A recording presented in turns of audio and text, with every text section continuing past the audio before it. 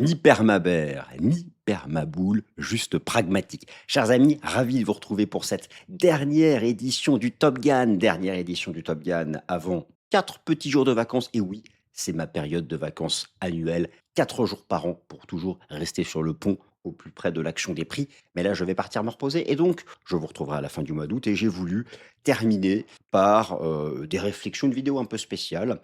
Je ne suis pas permaboule. Je ne suis pas permaboule en analyse de marché. Je ne suis pas permaboule sur le marché action. Je ne suis pas permaboule de manière générale sur les marchés financiers, par exemple. Vous savez que j'accompagne, et je vous ai fait une vidéo spéciale en juillet sur le cours du Bitcoin, le bear market cyclique du cours du Bitcoin depuis le mois d'octobre dernier. D'ailleurs, au passage, septembre-octobre sera une opportunité. Et ça, je vais revenir massivement vous en parler à la rentrée. Donc, patience d'ici là. Mais voilà, c'est vrai qu'on a l'habitude de mettre dans des cases les analystes de marché.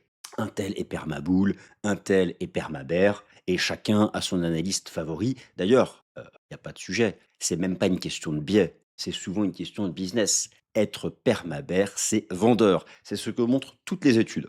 Toutes les études qui ont été faites autour de ce qu'on appelle les social media, les réseaux sociaux, et en particulier YouTube, là où on peut publier du contenu de marché, parfois du contenu rédigé, des newsletters, du contenu vidéo, tout ce que vous voulez. Là où vous avez les meilleurs chiffres d'audience, les meilleurs chiffres de vente, les plus gros téléchargements sont les analyses baissières, celles qui vous annoncent le crack mois après mois, année après année, décennie après décennie, à mesure que finalement le marché ne cesse de monter. Donc, alors certains ont pu, par exemple, me mettre moi dans la catégorie des permaboules, ce qui est d'ailleurs absolument pas vrai, puisque le fait de dire que les corrections à court et moyen terme sont des opportunités de se placer dans la tendance haussière de fond n'est pas être permaboule. Il y a des phases de marché baissier. Il y a des phases de marché baissier, comme par exemple fut à l'époque le marché baissier de l'année 2022. D'ailleurs, c'est la dernière fois, c'est le dernier grand marché baissier connu sur le marché action, c'est celui de 2022. Entre-temps, il y a eu des corrections parfois de quelques semaines, mais qui ont été très rapidement payées. Moi, mon approche, c'est pas l'approche d'avoir un biais, c'est pas le choix d'un positionnement psychologique pour attirer de l'audience. C'est une approche que je qualifierais de méthodologique, réaliste et pragmatique. Permavert versus permaboule. Vous connaissez forcément parmi les analystes que vous suivez, les analystes qui répètent à chaque fois que le marché va s'effondrer. Eh bien, effectivement, c'est eux qui attirent le plus d'audience, qui captivent le plus en mettant en avant ce qui est négatif, mais c'est pas la bonne approche. Finalement, qu'est-ce que c'est qu'un permabère? Qu'est-ce que c'est qu'un permaboule? Le permabère,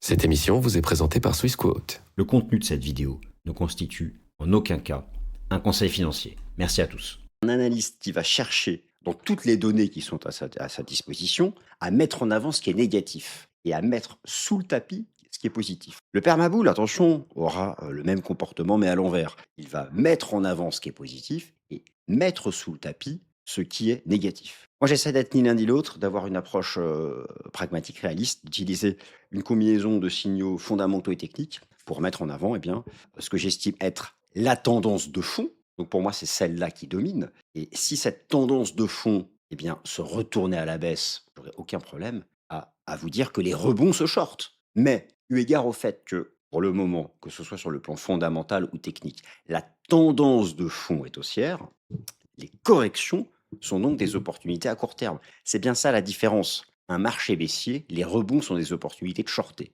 Et un marché haussier, les corrections sont des opportunités d'acheter. La configuration actuelle du marché, et peu importe la séance d'aujourd'hui, encore une fois, c'est celle d'une tendance haussière. Donc dans cette édition du Top Gun, je vais commencer par ça. On va regarder ensemble les principales caractéristiques de ces deux camps qui s'affrontent, permabère, permaboule.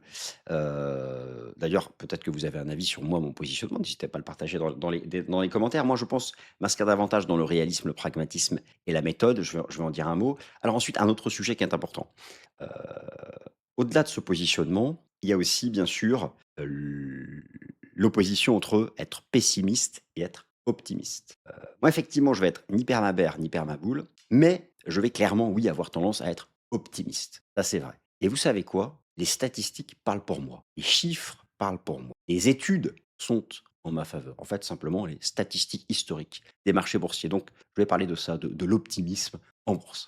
Alors, me criez pas dessus si, par exemple, aujourd'hui ou demain ou le moment où vous regardez la vidéo est une séance baissière. peu importe ce que fera le marché aujourd'hui ou cette semaine avec cette discussion que nous allons avoir. Mais comme d'habitude, comme c'est le Top Gun, je vais aussi vous faire ma mise à jour de l'analyse technique du S&P 500, ma mise à jour de l'analyse technique du S&P 500 en termes de valorisation. Vous allez voir, c'est passionnant parce que malgré le fait que depuis début août, le S&P 500 a fait un nouveau record, son prix fondamental baisse. Donc ça aussi, c'est intéressant. Moi, écoutez, je cesserai de dire que la tendance de fond, je cesserai de dire que les corrections court terme sont des opportunités lorsque la valorisation sera arrivée en seuil d'euphorie et d'excès. Je cesserai de dire que les corrections court terme sont des opportunités lorsque la valorisation et l'euphorie sera dans zone d'excès. Ce qui n'est pas le cas puisque ça a même baissé cette valorisation. Vous allez voir. Un mot sur l'action SpaceX. Rappelez-vous, en juin, je vous avais fait une vidéo Top Gun en vous expliquant qu'il fallait surtout pas participer à l'introduction en bourse. Que là aussi, l'histoire boursière des IPO à Wall Street parlait contre SpaceX, qui a perdu 50%, mais qui tente de stabiliser depuis après s'être approché des 100 dollars. Est-ce maintenant le bon moment sur le plan des fondamentaux?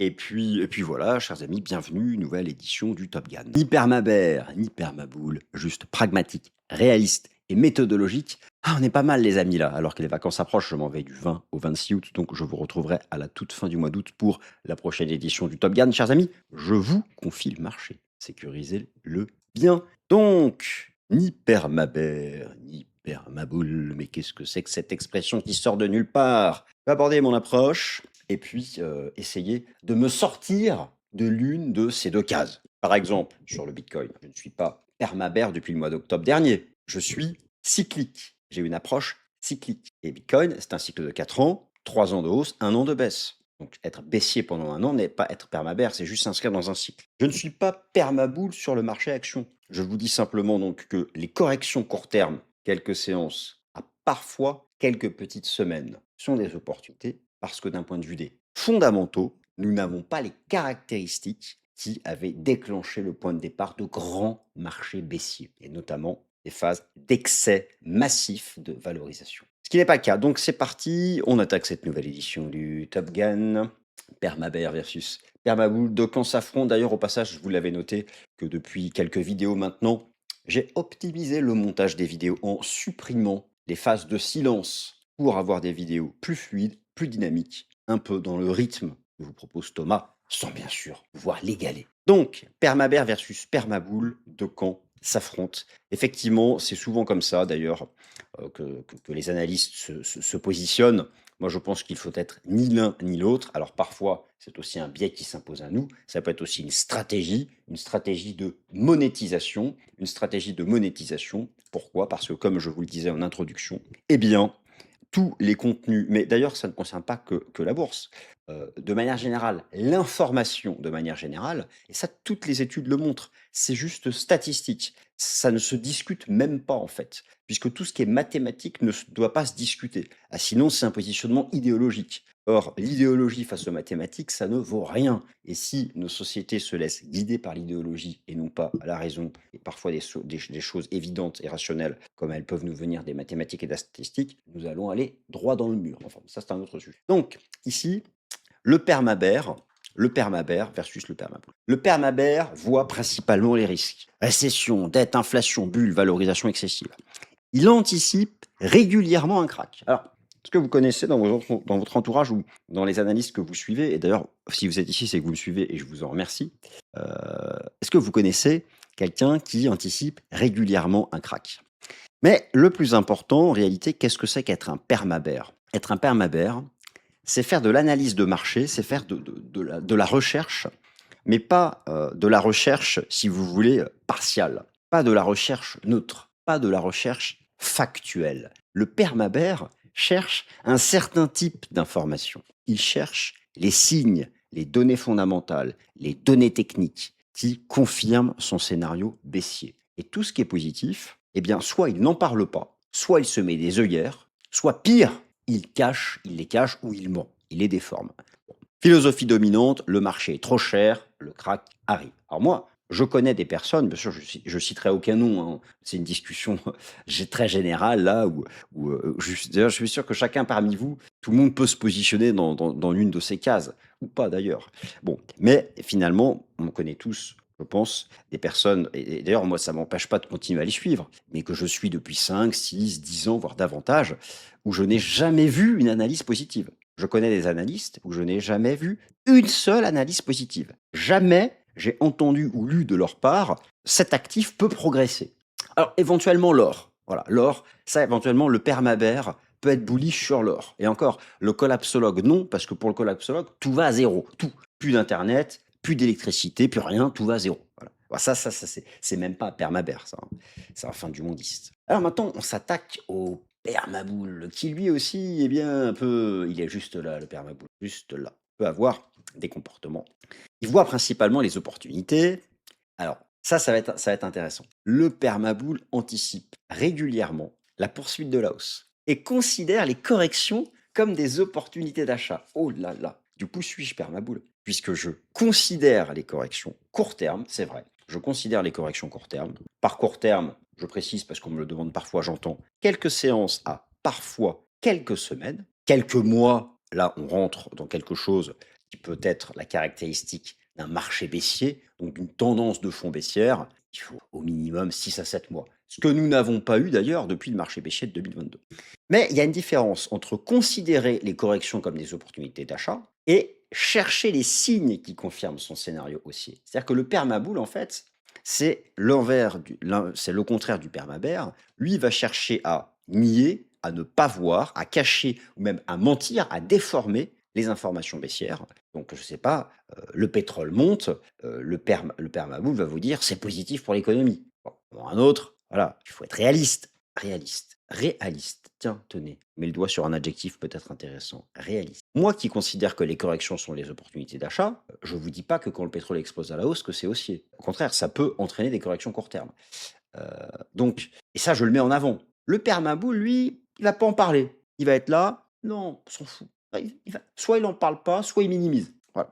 Donc le risque principal, c'est de sous-estimer les retournements. Philosophie dominante, le marché monte à long terme, les corrections sont à acheter. C'est vrai que moi, je m'inscris, il est vrai, dans ces caractéristiques. J'ai beaucoup de points communs avec le permaboule pour ce qui est du marché action, mais je ne le suis pas. Enfin, j'estime ne pas l'être. Enfin, j'essaie, en tout cas, j'essaie de ne pas l'être. Voilà, je vais essayer, j'essaie le plus possible de ne pas l'être. J'essaie d'avoir une approche réaliste et pragmatique. Alors là, je ne fais pas une vidéo sur ma méthodologie d'analyse parce que je l'avais déjà fait d'ailleurs, mais il y a assez longtemps.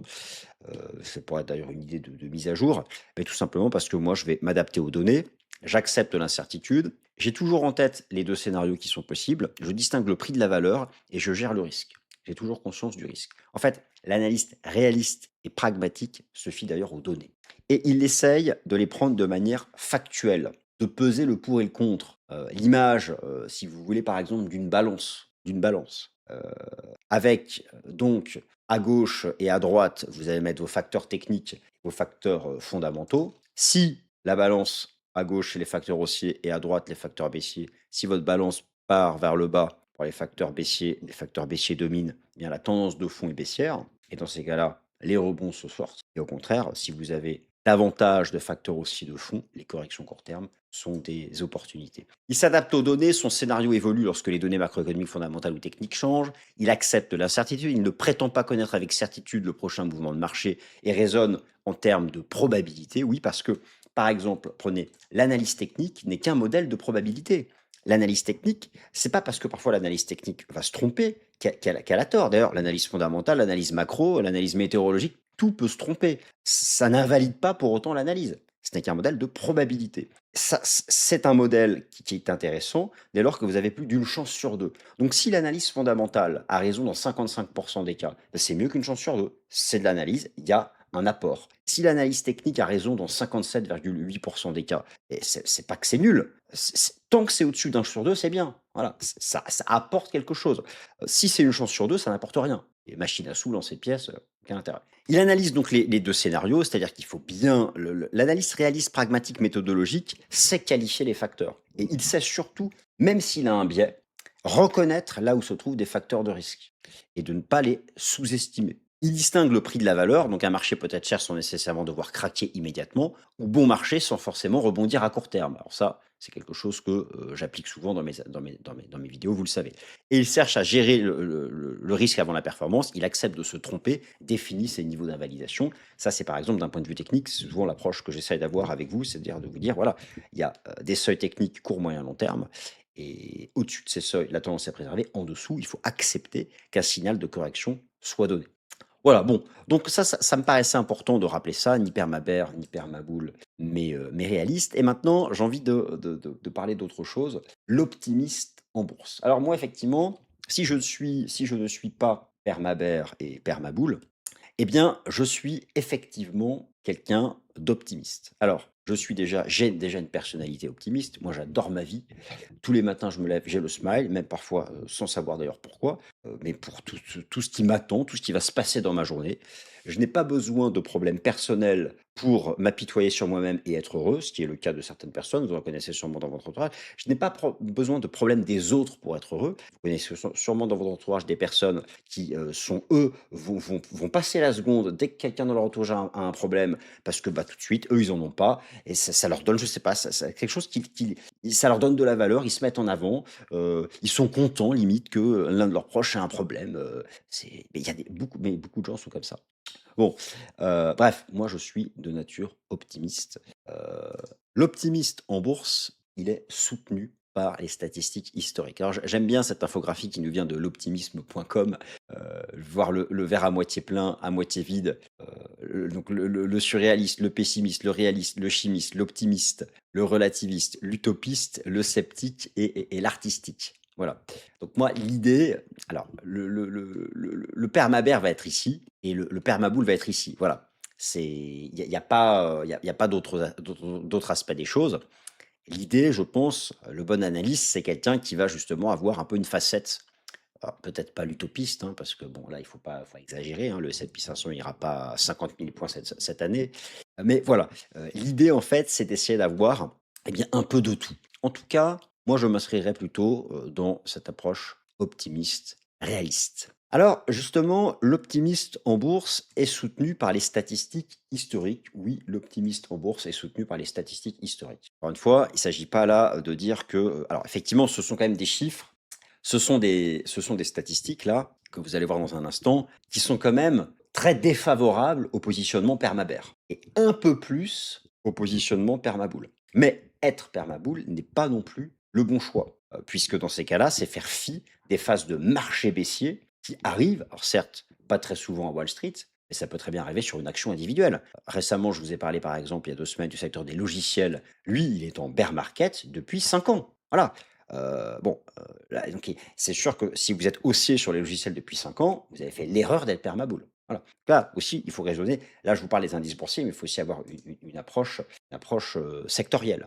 Donc, mais effectivement, l'optimiste est soutenu par les statistiques historiques boursières. Vous allez voir. Donc, si vous prenez les années civiles, donc les années civiles du S&P 500 depuis donc 1926, donc vous avez à droite les sources et la période qui est concernée. Donc la plupart de ces statistiques, elles viennent de Hartford Funds et certaines viennent de Dimensional. Voilà, donc vous avez ici les sources. Certaines viennent aussi de Morningstar, de FactSet, etc.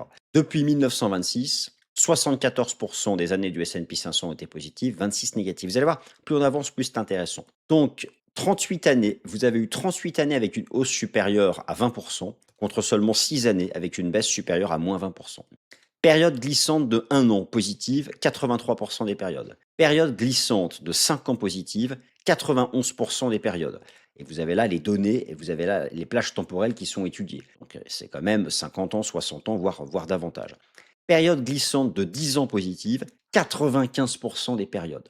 Période glissante de 20 ans positive, 100% des périodes. 100% des périodes. Sur 20 ans, c'est tout le temps haussier. Alors là, effectivement, je pense aux analystes qui sont baissiers, que je suis depuis 10-15 ans, qui sont baissiers sur le marché action. Ils ont contre eux quand même des statistiques qui sont massives. Période glissante de 10 ans positive, 95% des périodes. Quand on passe sur 20 ans, c'est 100%. Période de détention 10 ans positive, 98% sont positives, 2 sont négatives sur la période 1937-2025. Et enfin, dernière statistique intéressante, après un nouveau record historique. Donc lorsque le S&P 500 fait un nouveau record historique, comme il a fait au début de ce mois d'août. Le S&P 500 était plus haut 81% du temps après un an et 86% du temps après 5 ans. Lorsque le S&P 500 fait un nouveau record historique, ce qu'il a fait ce début de mois d'août. Il était encore plus haut 81% du temps après un an, 86% du temps après 5. Donc ça, ce sont des statistiques. C'est un slide d'ailleurs, hop, j'enlève la petite vidéo si vous voulez faire pause et copier-coller, comme ça vous donne les statistiques. Ce sont des statistiques qui, quand même, sont contre le positionnement permavert. Après, ça c'est un raisonnement général sur le marché, sur l'indice boursier. Ça dépend des secteurs, ça dépend des titres. Je suis d'accord. Là, c'est vraiment une discussion générale. Mais ce que je voulais vous dire, en fait, c'est que finalement, l'optimiste en bourse, pas le permaboule, hein. Je distingue bien le permabère du permaboule de l'optimiste. Moi, je vais plutôt me mettre dans cette catégorie. L'optimiste en bourse, c'est pas celui qui vend le plus, c'est pas celui qui attire plus le chaland, c'est pas celui qui est le plus écouté, mais c'est quand même, au final, celui qui a les statistiques en sa faveur. Et finalement, peut-être celui qui a une approche, l'approche la moins idéologique, si vous. Voilà, puisque moi, j'oppose vraiment le positionnement idéologique au positionnement idéologique entre guillemets, hein, au positionnement rationnel, méthodologique, réaliste, pragmatique. Enfin voilà, on peut trouver autant d'adjectifs là que j'ai sélectionnés qui me semblaient adaptés. S&P 500, analyse technique. Donc là, je vous dis un mot donc sur la situation technique du S&P 500. Toujours 3 horizons de temps. Bah, écoutez, rien de nouveau sous le soleil. Horizon de temps mensuel à gauche, horizon de temps hebdomadaire en bas à gauche, en haut à gauche, en bas à gauche, et à droite, horizon de temps journalier. La tendance de fond reste haussière tant qu'aucun support n'est cassé sur cet horizon de temps long, c'est-à-dire 7585 points. 7585 points. Et à court terme, la tendance reste bullish tant que le marché tient les 7650 points. Il y a un décalage entre le moment où j'enregistre et où vous écoutez cette vidéo, entre le moment où j'enregistre et je publie cette vidéo aussi. Donc, ce que vous pouvez faire là, c'est aller voir sur TradingView le contrat futur S&P 500. Son code, son ticker, c'est ES1 point d'exclamation. ES1 point d'exclamation. Le contrat à terme mini S&P 500 est le contrat à terme le plus tradé de toute la finance occidentale. Eh bien, haussier sur l'horizon de temps hebdomadaire tant qu'on tient les 7585 points et à court terme les 7650 points. Le seul signal négatif, ce serait de réintégrer le support des 7650 points et là, il y aurait un retracement en direction des 7004 sur cet indice S&P 500, le contrat futur S&P 500. S&P 500, quel top final selon l'approche pragmatique et réaliste? Donc là, ça c'est quelque chose, moi, où en fait je continue de vous dire que les corrections comptables sont les opportunités parce que là, je vais donc vous mettre à jour où en est la valorisation du S&P 500. Ce S&P 500 qui a fait un nouveau record historique au début du mois d'août et sa valorisation, elle, baisse. Je vais commencer, moi, à m'inquiéter lorsque le S&P 500 fera un nouveau record historique et que sa valorisation aussi pulvérisera tous les records. Et là, je vous dirais alerte rouge, d'accord? Parce que ça deviendra tendu en termes de valorisation. Alors, on peut faire le bilan des résultats du second trimestre. J'arrive sur la valo, je vais vous la montrer. On peut faire le bilan des résultats du second trimestre qui sont juste incroyables. D'ailleurs, tout secteur confondu, croissance des bénéfices, 147% pour l'énergie, 117% communication services, consommation discrétionnaire 91%, information technology 70%, etc. Ça, c'est donc les résultats du second trimestre qui sont maintenant derrière nous.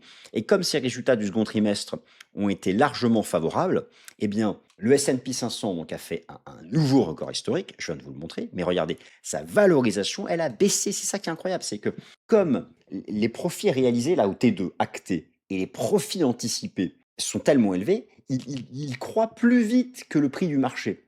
Donc par conséquent, le S&P 500 a fait un nouveau record, mais sa valorisation, représentée ici par le PE Forward, a baissé, a fait un nouveau plus bas et est revenu au niveau de la moyenne de ces 10 dernières années. Donc moi, dans quel cas de figure je m'inquiéterais si le S&P 500 faisait un nouveau record et qu'on avait une valo, un PE Forward ici? Là, je vous dirais, attention, on est au record, c'est en surchauffe, attention. Mais c'est pas le cas parce qu'il y a du concret fondamental. Voilà. Il y a du chiffre d'affaires, il y a des hausses de chiffre d'affaires, il y a des hausses de profit. Voilà. C'est pas pour autant que la situation géopolitique est complexe. Ça, c'est encore un autre sujet. Pour l'instant, je prends les faits. D'ailleurs, ça, c'est le PE forward. Je peux aussi vous montrer le PE classique. Le PE classique, alors lui, qui remonte forcément, mais qui n'est pas, alors, certainement pas à son record historique de 2021, et qui n'est même pas à son record établi ici en 2024-2025. Même si lui aussi, donc, il est quand même en phase de remontée. Donc ça c'est passionnant. Et d'ailleurs, vous pouvez aussi regarder pouvez aussi regarder le cap, le cap ratio ou payout Shiller.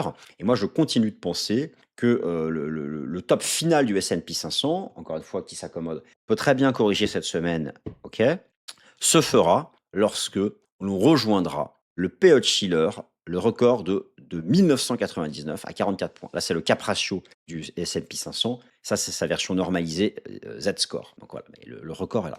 Donc en fait, quand on regarde ça, plus le payoff forward, le marché n'est pas en excès de valorisation. Voilà. Donc, ça, ce sont juste des faits. Hein. C'est pas c'est pas un positionnement permaboule, mais c'est juste voilà, utiliser quelques données qui me semblent si intéressantes. C'est-à-dire que ce n'est même pas. Alors, oui, alors, d'une certaine façon, c'est de l'optimisme, parce que le problème forward, c'est que ça repose sur les anticipations de profit. Mais en même temps, ces anticipations de profit, elles viennent d'être mises à jour suite aux résultats du T2, qui eux, là, sont concrets et qui ont été très bons et qui ont explosé le consensus. Donc bon, il y a aussi il y a des choses de voilà, l'optimisme aussi peut se justifier par cela. Alors peut-être que vous êtes sceptique, bien sûr, en vous disant: «Mais non, c'est du doigt mouillé ces anticipations de bénéfices, ça ne le fera pas». Ou peut-être que vous êtes pessimiste parce que oui, OK, peut-être très bien, il y a les résultats de la tech, les perspectives de profit, mais comme le détroit d'Ormuz, peut rester bloqué pendant des années, ou je ne sais pas quel autre, problème géopolitique, bon voilà. OK, donc je continue ce Top Gun. Toujours pareil sur ces éléments-là. Là, ce sont des données que j'ai mis à jour, hein, bien sûr, avant de faire la vidéo. Donc, le PE Forward de l'industrie des semi-conducteurs qui appartient au secteur de la tech, pour vous montrer que malgré leur positionnement actuel sur le marché, eh bien, les deux leaders que sont Nvidia, leader mondial des GPU IA, 80% de part de marché, Micron, un des trois leaders avec Samsung et SK hynix de la mémoire vive IA, dite HBM, ont des PE Forward extrêmement bas. Donc moi, là, je tirerais la sonnette d'alarme si par exemple Micron, Nvidia et AMD avaient un PE forward entre 30 et 50. Là, je dirais attention, ça, c'est trop cher. Mais vous voyez qu'il y en a quand même encore un certain nombre qui sont sous 20, et ça fait quand même un paquet d'entreprises des semi-conducteurs avec un PE forward sous 20. Donc on n'est pas du tout dans une zone d'euphorie, d'excès. Donc voilà, c'est pour ça que je me permets de rester optimiste, quand bien même, quand bien même le marché peut reculer à court terme s'il a envie de reculer à court terme. SpaceX, peut-on enfin revenir à l'achat? SpaceX, peut-on enfin revenir à l'achat? C'est vrai que l'action SpaceX a fortement corrigé. Où est-ce qu'elle était ma petite action SpaceX? Elle est là, je vais la retrouver. L'action SpaceX a corrigé de 54%. Alors, vous vous souvenez bien sûr, je l'ai déjà dit, la vidéo que je vous ai proposée en juin, en vous expliquant que c'était trop cher, parce que toutes les IPO à Wall Street depuis 2015, il y avait eu ce type de correction de 50-60%. La question qu'on peut se poser, alors que ça stabilise au-dessus des 100 dollars, c'est est-ce que désormais c'est intéressant? Est-ce que désormais on est à nouveau dans une zone d'intérêt en termes de fondamentaux? Et je vais vous dire que, eh bien, à proximité des 100 dollars, bah oui. À proximité des 100 dollars, bah oui. Et c'est pas non plus de l'utopie ou de l'optimisme sur ce que est capable de faire SpaceX à l'avenir, conquête de Mars, etc. C'est juste de la valo. Voilà quelle était la valo de SpaceX en juin. Entre-temps, il y a eu les résultats publiés, donc ça permet d'ajuster. Son prix, c'était 95% ses ventes. Son prix, c'était 100 fois les bidas. Bon, il y a pas de bénéfice, donc il y a pas de forward. Maintenant, après 50% de baisse et les nouveaux résultats qui ont été publiés, eh bien, oui, c'est devenu tout à fait raisonnable en termes de rapport entre le cours de bourse et les ventes, de 95 à 35, et surtout en termes de cours de bourse par rapport à l'EBITDA, on est tombé à 25-30. Le PE forward, alors le marché anticipe maintenant des bénéfices, donc il y a un PE forward, il est élevé, ça c'est normal. Donc, moi, mon opinion, c'est qu'autour des 100 dollars et sous les 100 dollars, oui, SpaceX est une opportunité. Si ça redrop en direction des 100 dollars, oui, c'est une opportunité. Surtout si au prochain résultat, eh bien, la boîte annonce enfin des bénéfices. On les temps forts, fondamentaux à venir, bien sûr, comme est le prix du pétrole, etc. Je vous en parlerai dans le Fast and Forex cette semaine. Là, c'est une semaine assez légère. Bon, la macro, la géopolitique. Ces chiffres-là sont tombés la semaine dernière, vous les avez suivis. D'ici la fête du 16 septembre, vous avez le PCE du 26 août, le PPI du 10 septembre, le CPI du 11 septembre. Bon, là, je serai rond. S'achève cette nouvelle édition du Top Gun. Et je vous retrouve à mon retour de congé. Merci, salut. Ce contenu est informatif et éducatif destiné aux personnes connaissant les marchés financiers. Il ne constitue pas un conseil en investissement, juridique ou fiscal. Le trading et l'investissement comportent des risques, notamment la perte de capital. Les CFD et actifs numériques sont volatiles et ne conviennent pas à tous. Swissquote décline toute responsabilité quant à l'exactitude du contenu ou aux pertes liées à son usage. Produits et services disponibles selon la législation en vigueur.